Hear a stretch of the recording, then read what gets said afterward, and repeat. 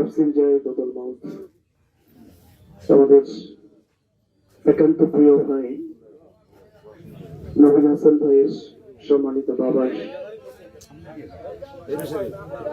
আজকের এই জানাজার উপস্থিত সম্মানিত বাংলাদেশ জাতীয়তাবাদী দলের সম্মানিত মহাসচিব ঠাকুরগাঁও এক আসনের সম্মানিত সংসদ সদস্য প্রার্থী শ্রদ্ধাভাজন জনাব মির্জা ফখরুল ইসলাম আলমগীর স্যার, উপস্থিত সম্মানিত মুসলিম একরাম, আসসালামু আলাইকুম ওয়া রাহমাতুল্লাহি ওয়া বারাকাতুহু। আমরা মরহুমের জন্য দোয়া করি, আল্লাহ রাব্বুল আলামিন যেন দুনিয়াবী জীবনের সমস্ত গুনাহ খাতাগুলো মাফ করে দিয়ে মরহুমকে জান্নাতের মেহমান হিসেবে কবুল করে নেন এবং তার কবরকে যেন ফুলের বিছানা বানিয়ে দেন। পরিবার পরিজনের জন্য দোয়া করছি, আল্লাহ রাব্বুল আলামিন যেন তাদেরকে ধৈর্য ধারণ করার তৌফিক দান করে। আমাদের প্রত্যেককেই চলে যেতে হবে, এটাই হলো বাস্তবতা। আসার সিরিয়াল আছে, যাওয়ার সিরিয়াল নেই।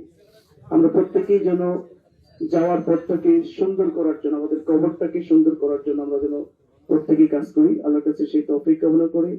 আমারও পরিবার পরিজনের প্রতি ধৈর্য যেন তারা ধারণ করতে পারে, এজন্য আল্লাহর কাছে তৌফিক কামনা করি। আমার কথা শেষ করছি। আসসালামু আলাইকুম ওয়া রাহমাতুল্লাহ।